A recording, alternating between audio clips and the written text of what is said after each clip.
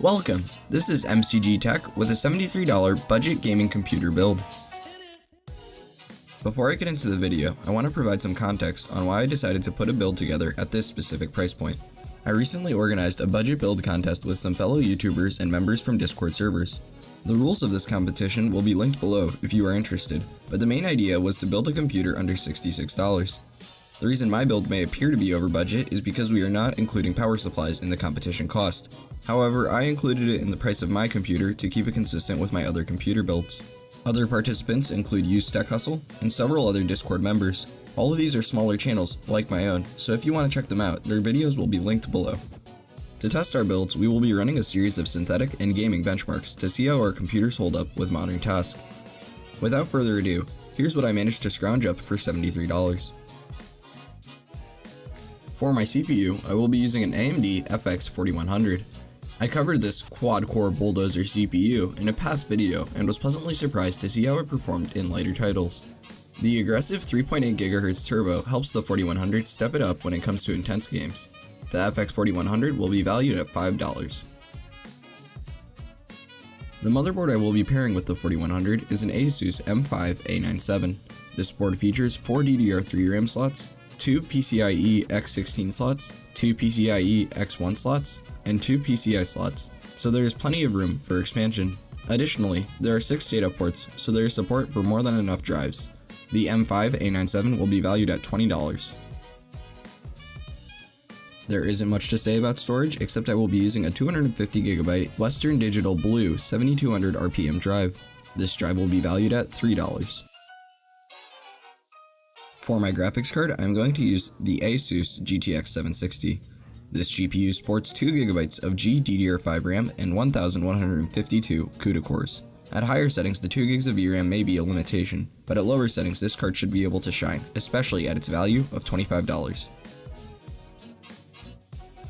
I will be using 2 sticks of 2GB of DDR3 RAM. Ideally, I would have liked to have been able to squeeze in 8GB, but I had a pretty tight budget. At a value of $5, at least they are pretty fast at a speed of 1600 MHz. My case is an ATX Diablo Tech unit, which should pair nicely with the motherboard and cooler by continuing off the blue theme, with the inclusion of a blue LED fan. This case will be valued at $5.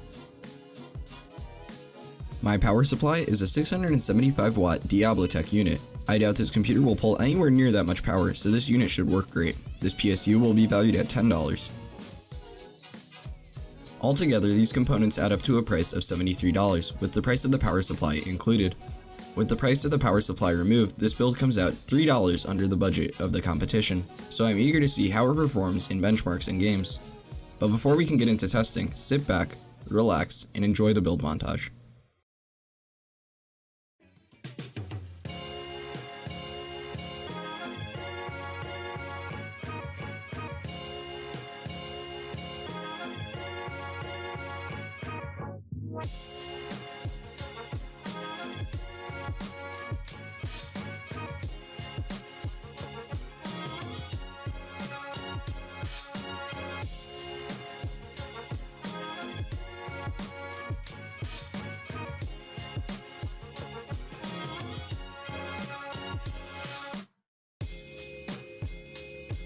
Sometimes I'm so home. Sometimes alone. Sometimes I'm so home. Sometimes alone.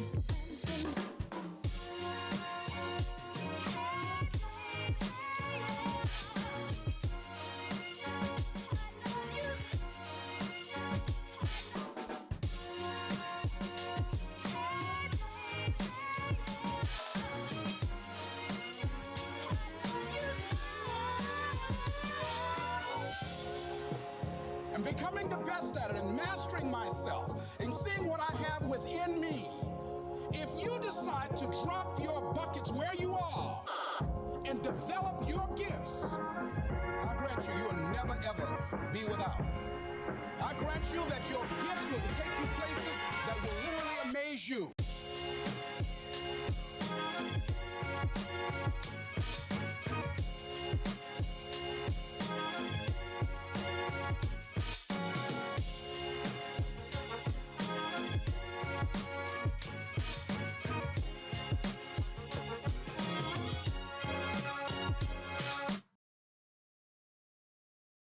Now that the build is complete, let's take a look at some synthetics, starting with Cinebench. The FX 4100 scored 292 CB, placing it around the performance of some 3rd generation laptop CPUs. On the OpenGL side of things, this computer performed really well, easily beating a HD 5770 with a score of 68.74 FPS. Throughout the rest of this review, keep in mind all testing was done at 1600 by 900 resolution.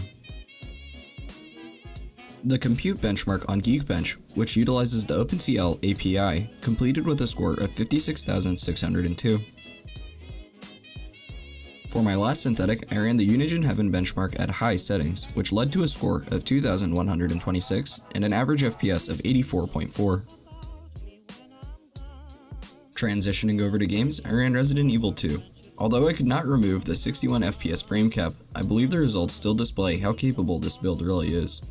Dipping to only 44 FPS at high settings, this game felt very fluid. Rocket League did very well at all settings from performance to high quality. Even though there is a distinction in FPS between settings, the game was still playable in all situations. Peaking at nearly 200 FPS at high quality settings, this computer ran Rocket League without any issues. The CSGO benchmark map ran smoothly, remaining above the golden 60 FPS average. Intense situations like smoke clouds and explosions did lead to some dropped frames. That being said, the game was still enjoyable to play.